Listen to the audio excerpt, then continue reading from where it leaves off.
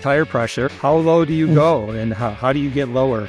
You can go pretty darn low. And What have you been at, Jason? I think I've been under 1.5 pounds.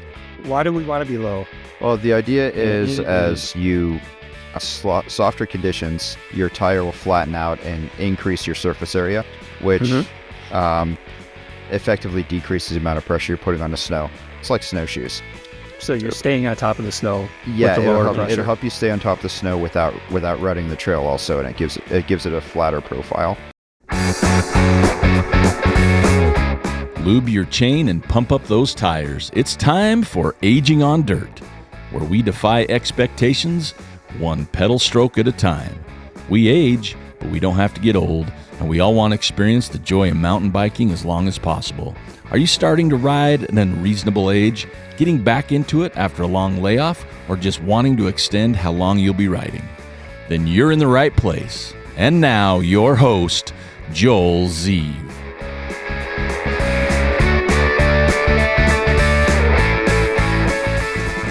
You're in for a real treat today and something really different for this podcast. It's a panel discussion on fat biking. For the most part, here in northern Utah, most of the dirt riding season is almost over.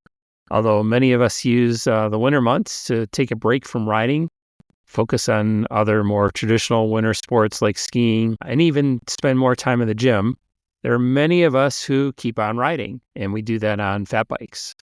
If you're not aware, these mountain bikes are built to be ridden on hard-packed snow with 4 to 5 inch wide tires. It's a ton of fun. If you're new to fat biking, just curious about it, or you're a regular and just want to get stoked about the upcoming fat biking season, this podcast is going to be for you. My guests today are 3 of the most passionate people I know when it comes to riding fat bikes: Wendy Jones, Claire Mitchell, and Jason Smith. They're going to share tips with you on things like what to wear, care of your fat bike, tire pressures to run, what to bring on your rides, and a whole lot more. Some of these tips have been summarized in a blog post that I wrote, so be sure to check that out. I'll put a link to that in the show notes. Also, this is going to be my last podcast for this season. I need a break after 22 episodes. And just being honest and candid with y'all, I don't know if I'm going to continue this next season or not. I've learned a ton from the guests that I've had, and really I've had a great time putting it all together. But it is a lot of work, and there are significant costs involved to doing that besides my time. My reward has been hearing your feedback, but I honestly may not be getting enough to convince myself that it's worthwhile to continue. So if you want to hear additional episodes for next season, please reach out to me. Let me know that you'd like to see the podcast continue. And if you've got ideas for topics and guests, that would be appreciated too. Hope you enjoy listening in on this fat bike panel discussion. Here you go. We'll get started. So welcome, Jason, Claire, and Wendy. Hello. Thank you for having us. Yeah, well, thanks for being on. This is my first panel. I think that the most that I've done so far on the podcast is 2 people at once. So I'm sure this is going to be a challenge for all of us, but we'll have some fun anyway. Okay, so it's fat bike season. Who's excited? Yes. I am. Yes. Yes, I am. You guys had to think about it. A lot of enthusiasm. Yeah, I'd like a little fall before fat biking if we could. Yeah, we seem to be having an extended summer right now. So by the time this drops, hopefully we will have a little bit of snow on the ground, and maybe a lot, and we'll be riding them. It is quite a bit different, wouldn't you say, from riding on dirt? Different experience? Absolutely. Yeah, very much so. Sorry. Claire, they can't see you nod, just so you know. They can't? Oh, come on. So why don't we start, Wendy, Jason, and Claire. Tell us real quick, where you from, how long you've been riding mountain bikes, how long you've been riding fat bikes, and your favorite place to ride in the winter. Okay. So I am from Utah, currently living in Farmington, lived in Eden for a long time, right by Joel. I have been mountain biking. Do I have to admit it? Because it just proves how old I am. let's just say since sometime in the early 90s, maybe late 80s. Okay. I've been fat biking, I'd have to at least 10 years, probably longer. I'm on my third fat bike. And North Fork is my favorite place to ride in the winter. Like, the grooming there is phenomenal. The trails they just do such a great job. They do. Okay, cool. Thanks. Jason. Oh, well, originally grew up in Western Pennsylvania, where I started mountain biking back in 93 or 94 as, a young teenager. And I started out like a lot of people do with XC racing and, did dabbling in pretty much every discipline of mountain biking you have. I did some dual slalom, some DH racing, even road racing, and started fat biking in the 2017-2018 season. Okay, sweet. And your favorite place to ride in the winter? Probably not to copy Wendy. I have a feeling Claire will probably say the same thing, but North Fork and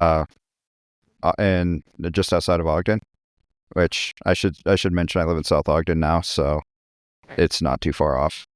Okay. Cool. Claire. Well, I'm probably the youngster in this whole thing. I'm old, but the youngster. I started mountain biking probably realistically like about 15 years ago. And even then was just kind of playing around a little bit.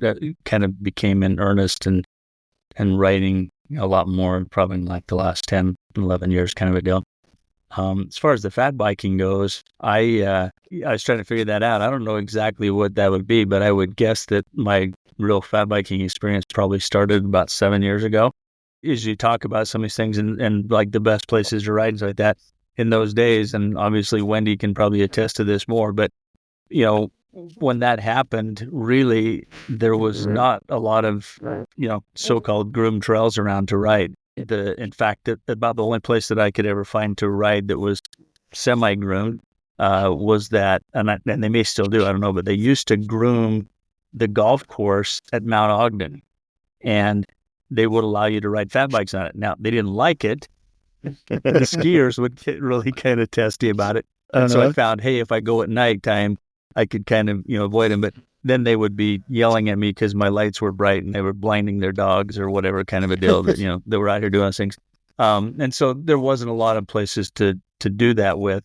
As you guys talk about North Fork, I don't know how much of this kind of the history of this, that goes on there, but, I had done the Sweaty Yeti up there at Wolf Creek, and then the next year was at North Fork. And, they had the trails, but they didn't really, again, same kind of thing. They were not keen on fat bikers. In fact, I had gone over there one time, and they had signs that say you could do it. And I said, oh, cool, can I ride my fat bike? And we don't want you to do it. You mess up the trails and blah, blah, blah. But they were just kind of really this real is before testy. they started grooming any single track. Yeah, exactly. And so then they had the race up there. And when they had the race, I got a phone call, for those of you guys that know them, from Trish and Brad. And they said, hey, you did this. We're wanting to kind of explore some stuff. Will you come over and talk to us? So I was part of the original group that started that whole thing. And, we talked about putting the grooming in place. I was on the board at the time. I got on the board to represent fat biking at that time. Yeah. And so that's when it all started. And so, I've been on the grooming team since that point in time. The next year we started grooming in earnest. And I really was kind of part-time helping out that first year. And then ever since that time we've done it. So when you ask me where I ride most of the time, yes, it's going to be North Fork. And yes, it's before I groom or after I groom or any other time I can. So sure. Yeah, that's great. I think last year was the first year I did not ride anywhere else besides North Fork. Powder days, hitting the ski slopes. And then by the time the powder is gone, then trails are firmed up for fat biking. So, I mean, that's how I roll in the winter. So that's the best thing about fat biking conditions, because if it's good skiing, it's bad fat biking. But if it's bad skiing, it's phenomenal fat biking. So if you do both, you've got your days set. Yep, for sure. Cool.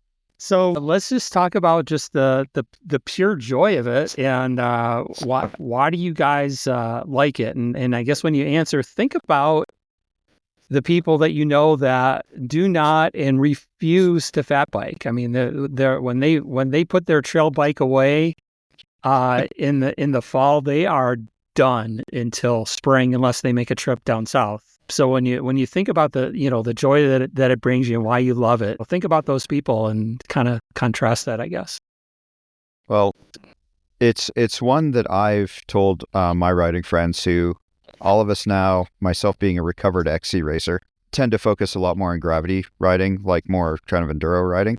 Mm-hmm. And I've seen it as it really has improved my cornering traction, my line selection, balance in turns. You get comfortable The fat with the biking tires. has? Yes, it has. Okay. You get really comfortable with drifting your tires and kind of at the edge of control at less than get a helicopter ride out if things go pear-shaped. So, like, that's one of the big keys that I have said, in addition to just being incredibly peaceful and a lot of fun. It's certainly a lot less crowded in the winter. Right. Very, very peaceful. I'm interested that you say that, Jason, because I got to tell you that what my experience has been with it, and I'm probably not trying to push it like you do kind of a thing, but I find that I tend to get better at my bike handling skills after riding the fat bike. Oh, yes. If you ride, especially fall and spring when the dirt's tacky, you can do stupid things. You can be out of control. You can be leaning too far back. You can be whatever kind of a deal. You can't do that on a fat bike. No. It'll take you out so fast you don't know what's going on. And so it's interesting is that when I start riding in the wintertime and I start doing things, I'm going, yep, I slid back a little bit. I'm not the same as I was. And by the time the winter's over, I'm pretty much back to centered on my bike and controlling it and leaning it and, the bike and not my body and letting the bike carve and do all that kind of stuff. But I think that it's an amazing way to learn the bad habits you've got. Oh, yes.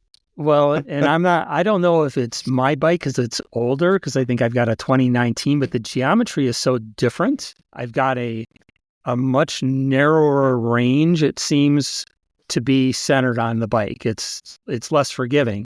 It's much easier for me to tell when I'm out of balance on the fat bike versus my trail bike. Yeah, it's going to be a little less forgiving on that. And just as Claire was saying, just the nature of fat biking in general, that your island of traction and balance is just a lot smaller. The best part is when you do crash, it's like crashing into a big pillow.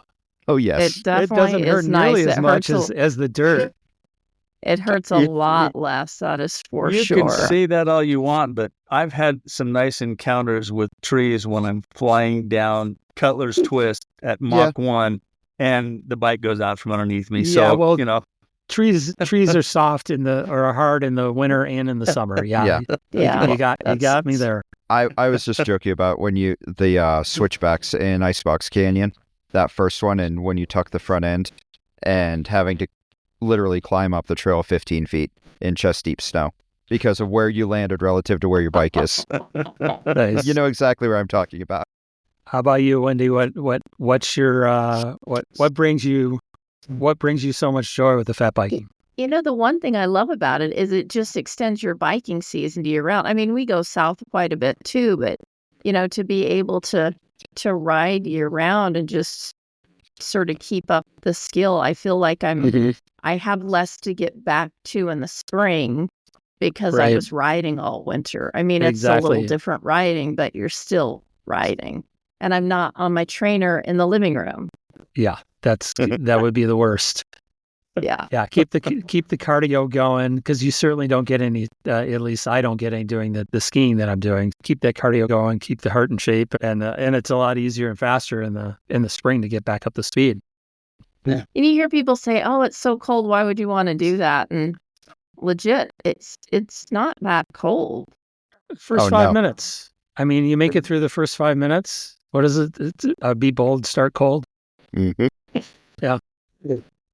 I think what I've said, it's interesting you say that. I have over the years kind of figured out some things, and Wendy kind of touched on this earlier, but absolutely clothing is the key, and it's not big bulky stuff. It's lightweight, thin layers, and going. And I, as we talk about North Fork, if I take off and I head out towards Fork, then I'm going to have a jacket on. 99% of my rides, I can ride with just a base layer and a jersey, and I'm plenty warm. As long as I have my bar mitts and that kind of stuff. Right. If I start out going downhill, then I'll a lot of times put on a jacket just to block the wind to kind of keep things going. Sure. But if I've got up there before and realized, crap, my jacket is in my other vehicle because, we had groomed the day before or whatever, and I had forgot it and things. And all I do is just reverse, and I just start heading up pipeline, and in minutes I'm warmed up and I can go do whatever I need to do. But, like she said, the heat thing is the problem. I've had friends that we've taken out riding, and they show up and they're in, full on ski gear, giant coats and things of this. I'm going, guys, that's the wrong stuff. Oh, I don't want to freeze. I'm going, you are going to hate it. Trust me. In fact, we had a guy, we came back, we're driving back, and we'd gone riding, and he really didn't say a lot about it. And we're about halfway home, and he says, pull over. And he jumps out of the truck and throws up, and he's sick as can be and things like this. And he had overheated. Yep. He'd gotten so hot, and we kept saying to him, you're dressed too warm. No, I don't want to get cold. You won't. Yes. My only caveat is I get really cold feet. I don't have great circulation. Yeah, and I me bought too. the heated socks at Costco, and I just put them on low, and my life is a dream. And Nice. the bar mitts are so great. And the Oh, cool yeah. thing about the bar mitts is you can store food in there, like you can put stuff in there. And Yes. then when you need to get a snack, it's That's just why right exactly why I like riding behind you and Jason, because you both do that and stuff falls out and I'm picking it up. It's like free snacks. Your snacks don't freeze. Your hands keep them warm enough. Anybody who asks about gloves, it's like, save the money. Just get us $30 set of bar mitts. Mm-hmm. Yeah. A good pair of winter riding gloves are going to cost several times that, and it's just going to be a bad experience. Even Right. down to negative, I think the coldest I've ridden is almost negative 20. And I wear my summer gloves with bar mitts. Mm-hmm. So, yeah. And I get cold hands. I get notoriously cold hands, so it's not a problem. And I'll throw something, if I remember, in the show notes for the podcast, because I wrote a blog post for riding in cold weather, and in that post, you guys remember a few years ago, Zach from Biker's Edge did a video on fat biking and dressing in the cold. I think I remember that. I don't remember. It was really good. I'll put that in there too, to cover whatever the four of us miss as far as dressing. But I mean, yeah, I think that's a common misunderstanding, or people just expect they're going to be cold. And I tell people, if they like cross country skiing, that's pretty much how you're going to dress. Yes. And if you look at the cross country skiers, they're not wearing much because you're generating plenty of heat. And one that I learned years ago backcountry skiing was turn your heater off in your car about maybe 15 to 20 minutes away from the trailhead. So your body starts acclimating to the cold slowly. That's a great Otherwise, idea. you're going to get out of your nice warm car and Until your the windows fog up. and you leave your defroster on. But you want your car to start cooling down so you don't get that sudden chill to where you're tempted to overdress. Right. So you don't shock yourself as much. That was at least how I fought the urge to overdress back in those days, and it's carried over well to fat biking. Jason, does that mean you have to turn the heated seats off too? Probably a good idea, yes. At least put them on low. So like You have a heated seat on your fat bike, Wendy? No, my car. I wish I No, did on the but if fat you got bike. one on your fat bike, then you could leave it on in the car. Oh You'd man, be I'm gonna fine. patent that. Cool.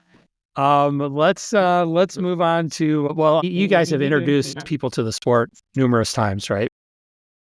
Yep. And I've got a spare fat bike that I kind of got for Ann, but she rides it like twice a year. So if anybody wants to borrow one, it's a medium, but rides closer to a large. Just get a hold of me and you can use it when I'm out there. I'm very particular when I take somebody new out because I've seen too many times when somebody goes for the first time and they go in non-perfect conditions. And you've got to go when it's super hard packed, the blue skies, the sun is out, no wind. Anything you guys would add to that list as far as taking a newbie for an introductory ride? I think the number one is it has to be a hard pack. Because if they're slogging to get through it, they're never going to do it again after the first time. Yeah. As it is, even on hard pack, you're pedaling 3/4 of the time when you're supposedly going downhill anyway. It would have to be somebody who can appreciate something that's type 2 fun about 75% of the time. Exactly. God, we all love type 2 fun. Oh, I yes. still can't figure out why there's so many gears on those fat bikes. I use like 3 of them. Yeah. I even went to a smaller chain ring in front. Like, I need more. Mine is comically low. Jason's is like what, 18? I have a 22 48 grain of gear, like a 22 up front and a 48 in the rear. Really? Yeah. I'm jealous. It makes for great crawling and low traction. I think I've got like a 24. I think I've got a 24 oval, and I wanted to replace it last year. I can't find anything that small in an oval anymore. So I don't know what I'm going to do when that thing wears out. I've got 2 bikes too. Me too. And, it depends on the bike that I'm riding and things, but mine, I've got 28 ovals, I think, on both of mine. And I used to have 2 different things, but I take that back, because this past year I did update so that they both had the exact same drivetrain on them. I did that a lot because of Fat Pursuit. I ended up, you talk about all these condition things, you just never know what conditions you're going to run into and stuff. So I have 3 sets of wheels. I have 2 27.5s, one of them with 4.8s and one's with 4s, that if it's hard pack and fast, those are the wheels I'm running, because I can roll and get going. And then I've got a set of 26-inch wheels with 5-inch tires, so I can get maximum float. And I just go whatever thing I'm trying to play with on there and stuff with it. But I was trying to think. I think I remember when you bought that chainring, Joel, when I was out of Biker's Edge, and I was giving you a hard time about you going that small? What the hey, man? Okay, I have a question for both of you two who have oval chain rings. Do you find that better for a fat bike? Because, the one thing with climbing on a fat bike is you have to stay consistent, but without mashing or you spin out. Does the oval chain ring help? So here's what I'm going to say to you about that. I was a proponent of oval chain rings. I have been running oval chain rings for probably like the last 10 years on all my bikes. Mm-hmm. And this year, I replaced the drivetrain on my mountain bike. I mean, I went everything. I put new chain, new cassette, everything on it, and I couldn't find the oval chain ring that I wanted to. But I love the oval from the torque standpoint. If I'm climbing up something that I can put some pressure on, gives me that additional leverage. But I have now learned, and it's probably a good Jason story here for you, is that I've now learned that if I spend a little more, then I don't have that problem. And I'm anticipating I may go back to a round chain ring on my fat bike just to see it, because I do find that sometimes you just bob when you're stroking on that thing, and if you got to stay smooth. If you're bouncing up and down on a fat bike, and let's be real, you can do it, especially when you got tires with a lot of air volume and things like that. If you start getting bouncing, you're in trouble. It's the smoother you can be, the better off you're going to be on the whole ride. Yeah. So in a lot of ways, it kind of reminds me of riding rollers, where you have to be smooth and pedal circles. There's no getting around it. So talking about that, here brings back the next part of that whole thing, though. So I also went from 175 cranks to 160 cranks. Wow, that's a big change. Everybody's like going, "Are you kidding me? At 6'1", you did that?" And I thought, well, I'm going to give it a try. And I've got those still. I'm real tempted to buy another set of those cranks to put on my fat bike. I think I'm smoother. I don't have the torque to climb a hill, but I think I'm a lot smoother. And I just ship down. So I might have to go find me a 22th chain ring like Jason or something to make sure I can make it up to the hills. Make it up to TMF, because that thing, I don't care how low gears you got. In the wintertime, that thing is brutal. Yes, it is. I want an E-fat bike for that one. That's all I'm saying. Well, that and coming out of cinch. I mean, either one of them, they're both Oh, yeah. brutal. Let's transition a little bit to tire pressure, because that's probably the most common question that we see on the Weber Davis group in the winter. How low do you go, and how do you low get can lower? you go? Oh, You can go pretty darn low. And what have you been at, Jason? I think I've been under a pound and a half, like Wow. 1.5 psi. So let's talk about, Jason. Why do we want to be low?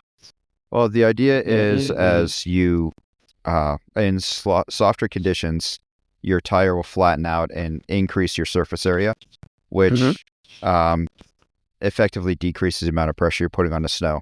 It's like snowshoes. And So you're staying on top of the snow. yeah, with the lower pressure. it'll help you stay on top of the snow without rutting the trail also, and it gives it a flatter profile. Okay. So that's the whole reason for that. And and besides rutting the trail being damaging the trail, the surface for everybody else, it's just not fun, because as soon as you make that rut, you're not going anywhere besides deeper and deeper and deeper down into the snow. Yes, you will dig to China very quickly. Yep. And the groomers will cuss you. Right. Claire will come and find you. But it's just not fun. I mean, it's absolutely Right. miserable if you're in those conditions and trying to ride out of it. So the lower tire pressure will do it. And then of course, the wider tire you have, the easier it is to get a lower pressure, right? Yes. There are some other hardware things you can do with your tires. Like there's a product out there called Fatty Strippers that I've told you about. I think you run them actually, Joel. I do. That effectively make your tire an old clincher, or not a clincher, an old sew-up tire, like from road biking. They seal it to the rim, and it doesn't burp. It just stays there, and you don't have to worry about unseating your tire and having a blowout on the trail like I did in years past. Mm-hmm. So that's how you can get. You said under a pound and a half. Yes, I've been under I want to say lowest I've been is about 1.25 pounds. A huge proponent as far as knowing that, of actually using. I have a 0 to 15 psi AccuGauge, an actual analog gauge, because your 100 psi digital gauge isn't going to read that. It's no more accurate than squeezing it with your thumb. Right. So I used to work at equipment calibration, so I could get into it, but I won't do it here. Okay. No, I've got the same gauge. Wendy and Claire, are you running the Fatty Strippers? No, my carbon wheels though. I challenge you to get the tire off. I don't ever want to do that. Let me just tell you, it's ridiculous. And how low can you run those? Well, so that's why I was kind of curious what Jason. The lowest I've ever been is about 1.5 pounds. Okay. And that was a time where it was just conditions weren't the greatest, and I just kept letting air out until I finally was able to ride and semi enjoy it. But as you talk about tire pressure, one thing too to remember is that, and this is what really it killed a bunch of guys, including myself, last winter at the Fat Pursuit. Hey, you're at home, you're getting all prepared to go and things like this, and you check your tire pressures, and you go, oh, you know what, I'm at 8 psi or whatever. Okay, I'm going to start out and go try that. Well, guess what? When you go outside and it's minus 32, it's not 8 psi anymore. It ain't 8 psi anymore. Trust me. And for about 2 miles of me grinding on flat tires before I finally just couldn't take it anymore, and then pulled out the stupid pump and pumped them up and went, why did I beat myself up for 4 miles? Because I kept thinking too, well, the conditions could go bad real quick here, and so I just kept riding it. But when everybody's leaving me in the dust and I'm working 10 times as hard, I'm like, okay, this is stupid, So Jason, I think your point was going to be to check your tire pressure where? At the trailhead after your tires have been acclimated to the temperature. There you go. Absolutely. Yeah. Yep, for sure. Yeah. So, now at the same time, my extra fat bike is not tubeless. They're 4-inch tires instead of 5, and I'm taking people on it in ideal conditions, so it's super firm, and I'm running that at like 8 to 10 psi, and they're fine because the snow is pretty much hard as a rock. So if the conditions are firm, take that PSI up, and you're going to be able to go a lot faster and use a lot less energy. Yeah, that's if the conditions are perfect and things like that, then I'm always running it around 8 psi because I can crank it up and get rolling, and life's good. And then I also cheat a little bit, and that I don't slide like Jason because all my tires are studded too. So Nice. that helps. I thought about doing that. Like there are days when, man, that would help. I've thought about it for some of those Icebox Canyon days when it gets very icy through there. I love riding there. No, I love riding there, but yes, some of the parts of that trail are very treacherous. So let's transition to, because I've had people ask me, what they should be looking for when they buy a fat bike. The first thing I tell them is, I ask them, have you gone fat biking before? And if they say no, I say, don't buy one until you go, because it's not for everybody. I mean, it looks like a blast. You go and watch the videos on YouTube and you talk to people like us who just love it. But honestly, some people just are miserable, and you're not gonna like the cold. You're not gonna like sweating, and you're just not gonna enjoy it. So I had somebody ask me about e-fat bikes, and I'm going, I don't know how much those are, but they're probably a lot of money. 5, 6, 7 grand. I don't know. You might want to try it first before you go and buy one. If someone's ready to buy one, what kinds of things should they be thinking about and looking at for what they need and what they don't need? I think demoing. I mean, demoing is always a good thing to figure out what you want. I mean, if you're already a biker, you kind of know what you like in your mountain bike. And so I think demoing some bikes just to see, and look for, if you want to be able to ride in the soft conditions, how big does the fork allow for a tire? Because some fat bikes, you can't get as big a tire as other fat bikes. So, I think that's a huge thing. Okay. So, somewhere between 4 and 5 then, and if you want to have the most flexibility, closer to 5. Are 5s really 4.8? In a 27.5 they are. Yeah. In a 26 they're actually 5. Oh, they? Okay. Yeah. Okay. Cool. Yeah, there's no doubt. My 26.5s are wider than my so-called 27.5s.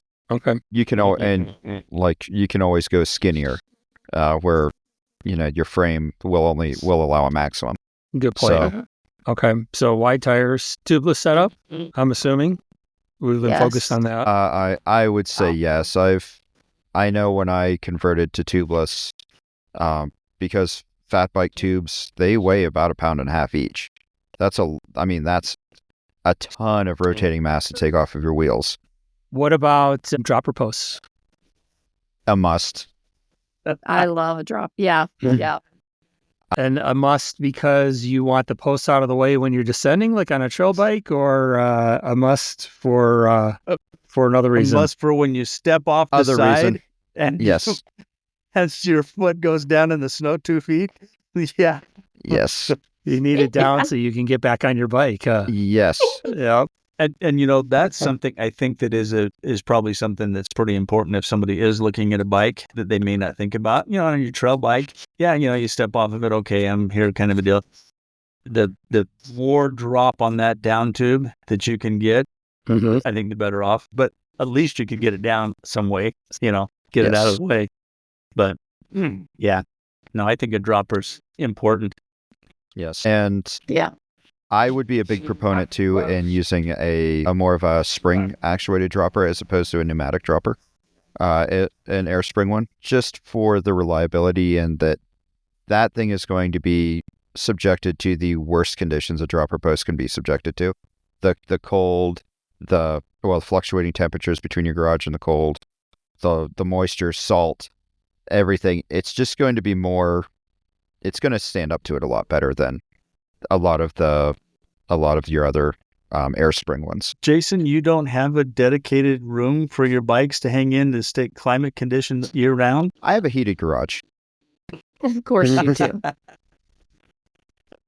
Good deal. So when you say that, Jason, are you referring to, like both of my fat bikes, they do have 1-up droppers that I can adjust the air pressure on? And I have bumped those up when I'm riding in real cold conditions. I've never had a problem with it not working. But I'm just curious what you're referring to there. It's ones like that where you're depending on the elasticity of the seals. You're depending on the elasticity of rubber in very cold conditions to maintain the integrity of that seal. So that's just a kind of a failure point that, I mean, it's a fat bike, so we don't really need to gram count unless you're seriously racing. If you're looking to buy one, that's maybe a spot where you can go a little budget friendly and have a little bit more reliability as opposed to and save some money. So it's kind of a win-win. Speaking of spring, are any of you guys running a suspension on your fork? Besides me? I have one with suspension and one without. Okay. Full rigid.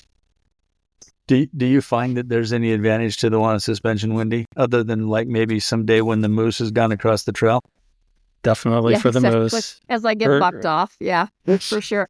You know what? The reason I ended up, so my first fat bike was a Yampa and it didn't have a fork, and it didn't have suspension, and we started riding on trails. Like Brad and I did a whole circumnavigation of Pine View on our fat bikes, and I thought, thinking of how else you can ride it, I was like, I want to get some suspension on the front, and so that's why I ended up with that one.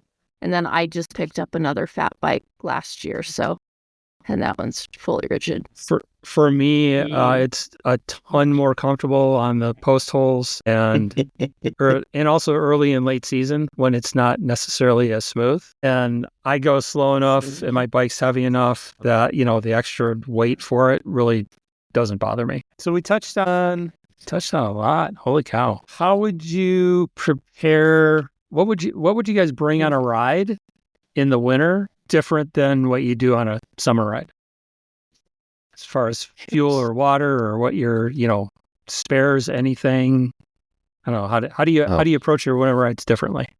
One of the only things I do different with my water on a winter ride is, I have a Camelback, and I just make sure after I finish drinking, I raise it so the water drains back into the bladder, because if not, your line will freeze if it's cold.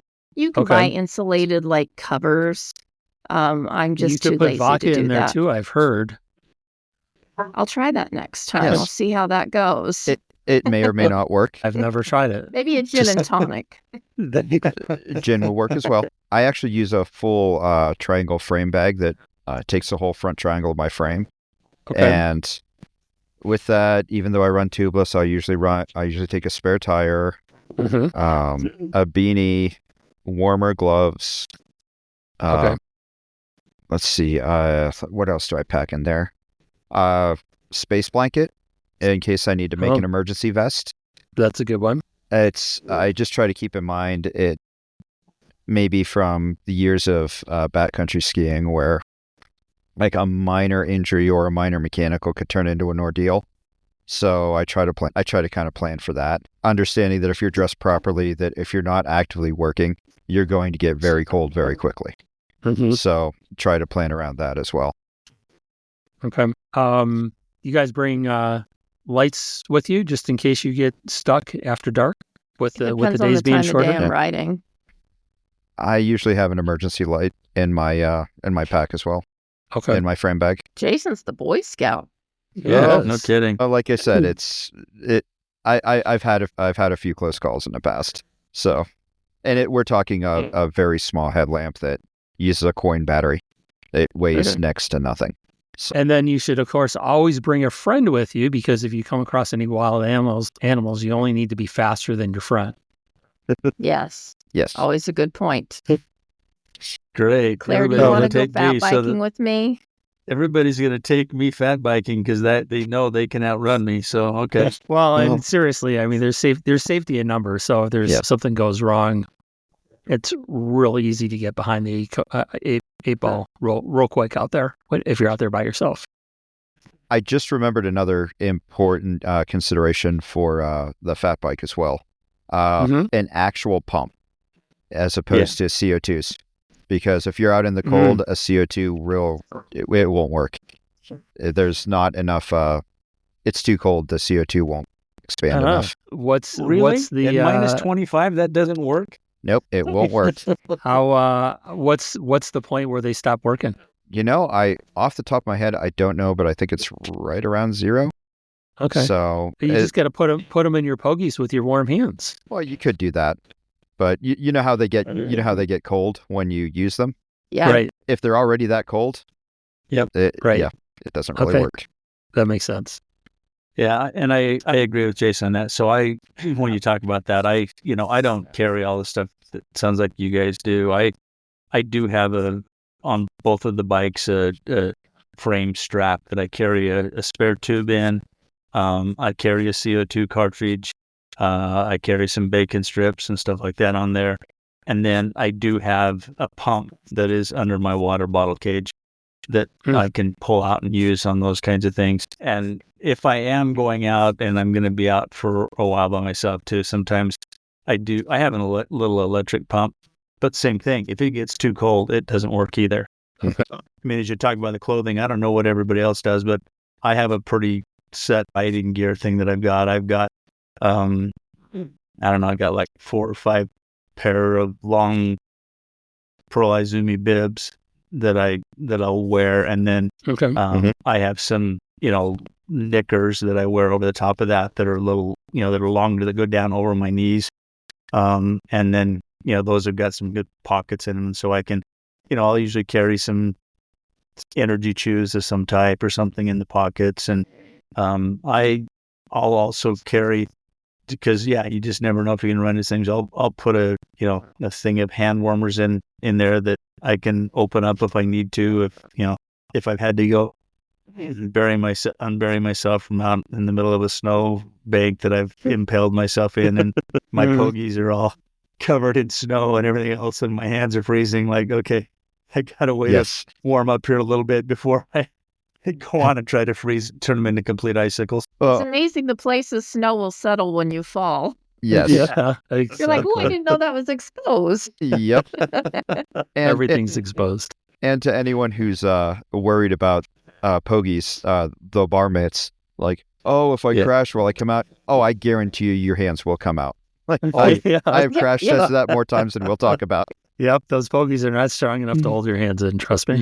No, they're not going to happen. And when you get to that point that you're committed to it, I will tell you that a real nice set of bar mitts are super nice in that, the ones that I've got 2 of those crazy things, but you got zippers that you can open them up, let air into them if you need to. You can roll them down.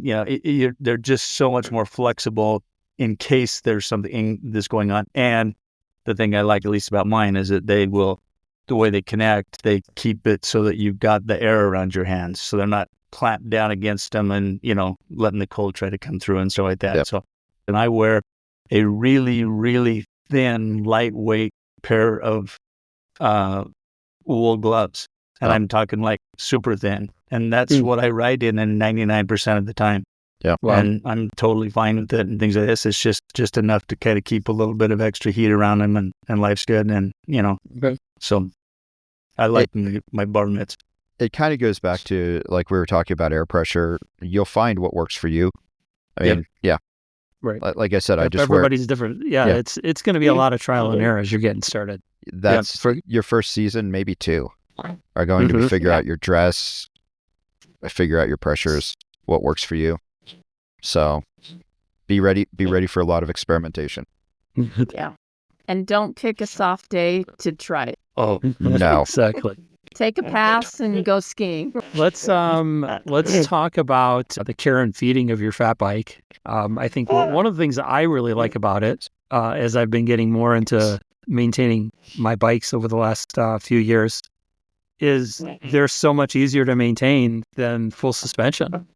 There's just not that much to do on them to keep them running smoothly. Any tips to keep them running and in good condition throughout the season? Well, one thing I like to do, like especially if you have to travel to the trail and they've salted the roads a lot, is I'll I just bought a garden, like one of those sprayer things, and I'll put warm water in and give them a good spray after just to get the road salt off of my bikes when I'm through riding. That's a good idea. So rinse them off when you get home. Yeah. Cool. I like running a front mini fender, like the yeah. It especially in the spring when you have the kind of corn snow, it keeps a lot of the spray up. It helps protect your headset bearings from that spray. Okay. And you get especially if you ride at night with a headlamp, you see just how much that front tire flings up in the air. So it cuts down on that somewhat. Okay. Interesting. So you got one that's specifically made for your fork, or mine being a rigid? It's just I think it's the Mucky Nuts brand. It's just the really soft. You just made up that name, didn't you? No, that's actually the name. That's true. Yeah, Mucky Nuts. Yes. Yeah. They're the same basically like the same plastic as like a milk carton. It just happens to be black, and then you flex it around, and it's held on with Velcro straps to around the fork legs. Oh, cool. And yeah, that seems to keep a lot of this. Like I said, when you get the wetter snow in the spring, helps to keep that down. Okay. But you'd want to use more of a wet condition chain lube, probably. Yeah. That'll hold up because it's going to get exposed to snow. Okay. Good idea. If you're in softer conditions, you can drag your derailleur through the snow sometimes, so your chain actually gets exposed to quite a bit of water.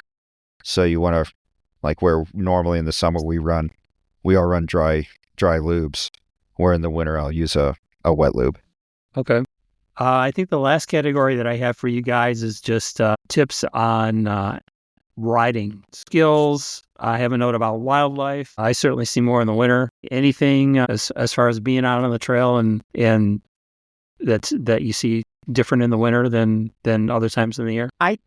For me, I think the one riding difference, and I would think you probably will all agree, is riding in the snow on an uphill. You have to be very smooth and consistent, or you will spin out every time. Right. Yes, you have to very much modulate your power input, or you will blow out your traction. A lot of times you can't apex turns as aggressively because you'll be going into a soft part of the trail, and that goes very badly. You want to stick more in the middle of the trail. If the trail is about 3 feet wide, you realistically only have about 1.5 to 2 feet of rideable trail. Right. Yeah, that's a good point. Yeah, because it'll get soft toward the ends. Yes. Toward the edges. That's true. Yeah, that's excellent. Speaking as a groomer, I can tell you there's times when you got less than a foot of good trail. Yes.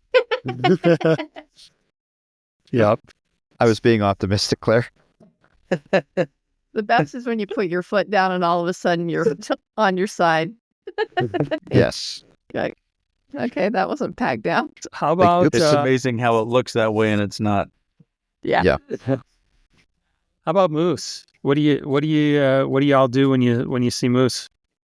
I've probably crossed paths too close with moose on occasion up there. I think it depends on the winter and what's going on. A couple of years ago we had huge snows and it was really deep.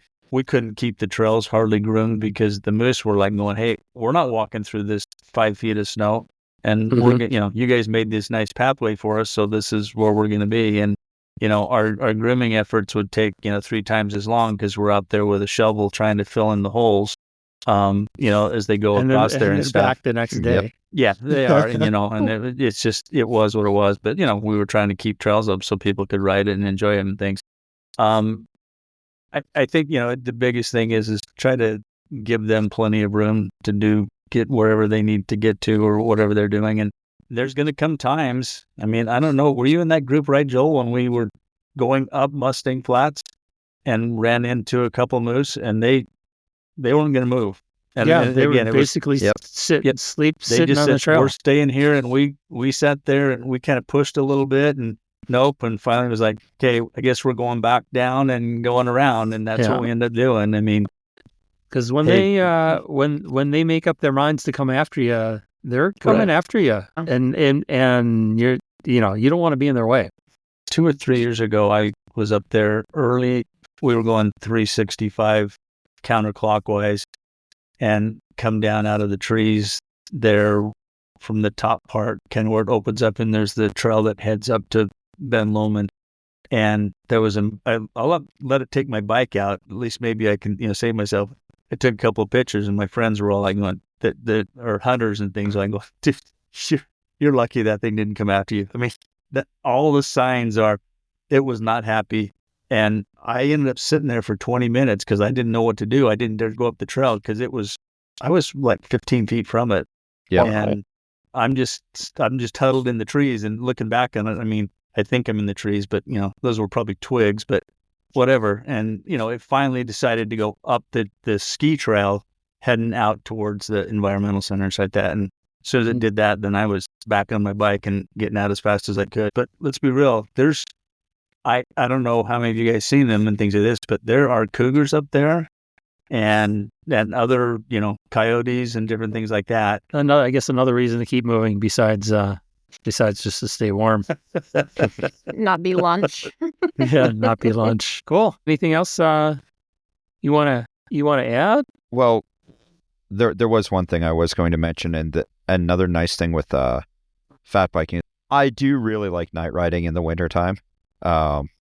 Fortunately, with the reflectiveness of the snow, you can get away with a much more marginal light setup, and it'll still be phenomenal on the snow. And just with the longer nights, it extends your season, and it just adds a different wrinkle to it. Or you just buy really nice lights and you light up the entire mountain. Well, you can do that too. I like having two lights, one on my bars and one on my helmet. Yep. Because then I can look around and see things, and I'm not having to, worry about what's going on, right in front of me and all that kind of stuff like that. I can see some stuff in other places, and I tend to most of my bike rides now are in the dark. No, that's one thing I've not done. I don't have a helmet set up, and like we did the nutty ride the other night, and I'm like, I really need to get a helmet light because it just gives you that much more. Yeah. Right. Especially when you're looking for critters. Yep. And heaven forbid if you have a mechanical, it's nice having that headlamp if you need to fix your bike at night. Oh, yeah. Good point, sure. Chase. Good point. Yep. Yeah. Okay. Good deal. I think we covered a ton of stuff. We just need some snow now. Yes. Yeah.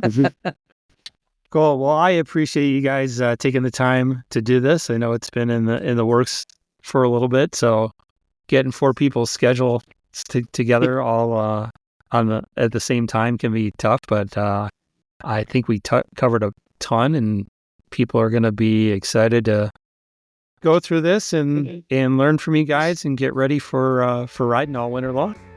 Yes. Thanks for having us. Yes, thank you Thanks, very guys. much. Well, that's another lap around the bike park for Aging on Dirt. I hope you've learned something and/or found this entertaining.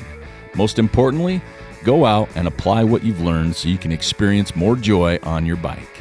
Remember, Joel wants your input. What topics and/or guests do you want to hear? Reach out to him where you're listening to the podcast, on Facebook, or find his email/phone on his coaching website, jzmtb.com. Until next time, have fun and be safe out there.